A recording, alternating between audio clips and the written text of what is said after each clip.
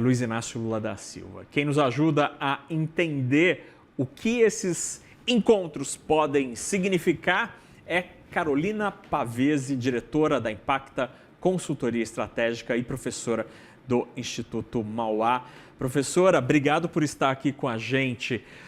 Podemos estar otimistas nesta sexta-feira com tudo aquilo que aconteceu nas últimas 24 horas? Acho que sim, Fernando, com muita cautela, né, e sem tanta ansiedade, mas é uma sinalização muito importante de uma reversão de um quadro de uma grande inércia e de muita tensão e dúvidas que se pairavam sobre a possibilidade de se avançar com uma negociação que é o desejado para esse tipo de situação atípica. E agora a gente tem uma agenda que começa a se consolidar, a se desenhar, e essa sinalização, tanto do governo brasileiro quanto do governo norte-americano, de que há pelo menos um consenso e de que eles conseguem concordar de que haverá sim um diálogo. Agora, a expectativa é de ver que plano de trabalho será construído. Então, ainda não dá para comemorar a vitória, mas certamente a gente vê a bola em campo e isso é muito positivo. E professora, o que o Brasil tem a oferecer nessa negociação, nessa conversa que de fato começa só agora? Muito se falou sobre os minerais críticos, também há um desejo muito grande dos americanos na abertura do mercado de etanol, ao etanol produzido nos Estados Unidos. Também há uma preocupação muito grande da gestão Trump com relação às big techs. São áreas em que o Brasil tem algo a oferecer, usando o termo que é muito usado por Trump. O Brasil tem cartas para mostrar nesta mesa? Eu acho que tem cartas importantes a mostrar e tem cartas que já foram colocadas, né? O que a gente viu com esse anúncio do tarifaço lá no final de julho, que se consolidou a partir de agosto, foi um grande blefe de Trump para tentar estrangular o Brasil e forçar, coagir o Brasil a uma série de mudanças e de agendas, inclusive uma agenda geopolítica que ficou muito clara, né? Não havia tantas demandas do ponto de vista comercial e econômico, até porque nossa relação é superavitária, favorável aos Estados Unidos, um dos poucos países do G20 que tem esse tipo de superávit com os Estados Unidos, e, em contrapartida, a gente viu uma grande agenda política sendo desenhada, tanto na interferência de questões domésticas, né, e aí a questão da regulamentação das redes, da regulamentação das big techs, quanto também questões geopolíticas maiores, uma preocupação com o BRICS, com essa aproximação do Brasil, com esse papel de liderança que o Brasil tem assumido numa articulação de uma diversificação grande de parcerias. Inclusive, a matéria que vocês mostraram anteriormente da Índia sinaliza esse caminho da nossa política externa e política comercial. A questão é que isso não se provou válido, o Brasil não cedeu de imediato e agora esse peso do tarifaço tem custado caro, não só para nosso comércio, mas também para o comércio norte-americano. Vários produtos que ficaram excluídos da lista de exceção, ou seja, que passaram a valer a tarifa de 50%, são produtos que os Estados Unidos não conseguiram buscar uma substituição tão rápida. A semana passada, o Goldman Sachs publicou um relatório onde ele avalia que quando se vai adiante com as exportações, há um custo de 55% dessas tarifas que são absorvidos pelo consumidor. Depois, 22% ficam para os importadores, então a gente ainda está falando dos Estados Unidos aí, e depois uma parte absorvida pelos exportadores.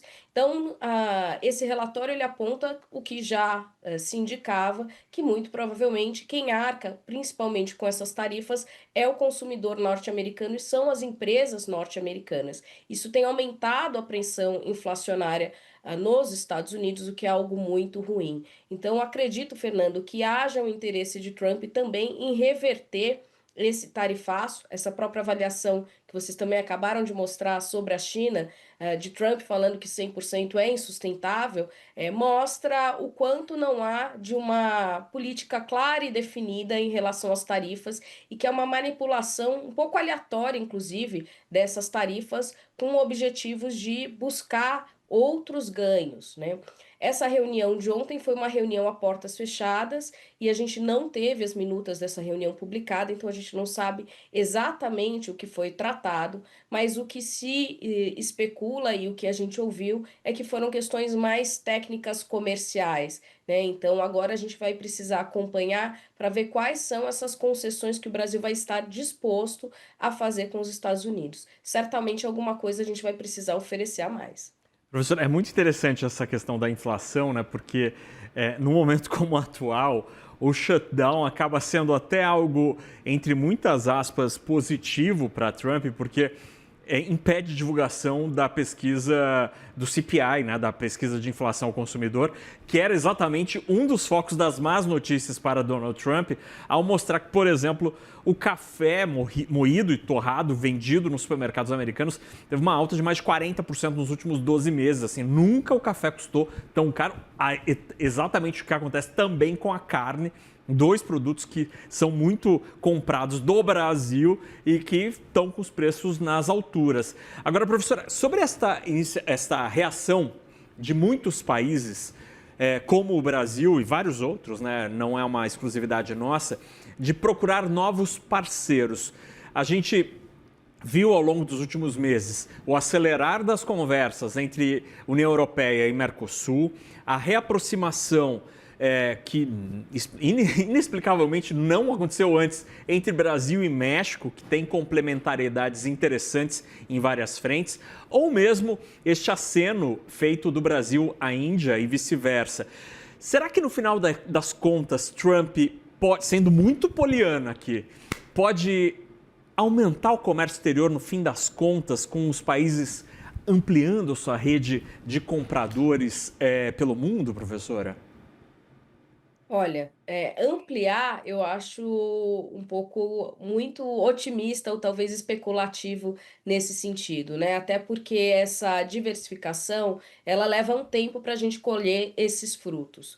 É possível, e aí indo nessa sua linha de raciocínio mais otimista, que Trump tenha, né, o que já ficou provavelmente bem claro, dado um tiro no pé e que isso tenha afastado os parceiros comerciais dos Estados Unidos, até porque mesmo quando ele reverte essas tarifas, há uma questão de credibilidade em jogo, né? E credibilidade é fundamental para qualquer relação comercial. Mas, ao mesmo tempo, essas aproximações do Brasil com outros mercados, elas levam um tempo para se maturar e para que isso possa resultar em aberturas reais de mercado e para que as empresas possam também direcionar sua produção ou suas exportações e importações para esses mercados. Então, em curto prazo, isso é positivo porque sinaliza novos caminhos e isso se mostrou muito certeiro. Essa diversificação, ela salvou, de certa forma, esse rombo que o tarifaço trouxe nas exportações brasileiras, os Estados Unidos como nosso segundo maior mercado, e a gente teve uma queda nas exportações, em geral, brasileiras, bem menores do que o que se imaginava, justamente porque outros mercados compraram nossos produtos, outros mercados na Ásia, além do mercado chinês, né, e mercados também aqui na América Latina, né? Então a gente conseguiu se ancorar nessa diversificação.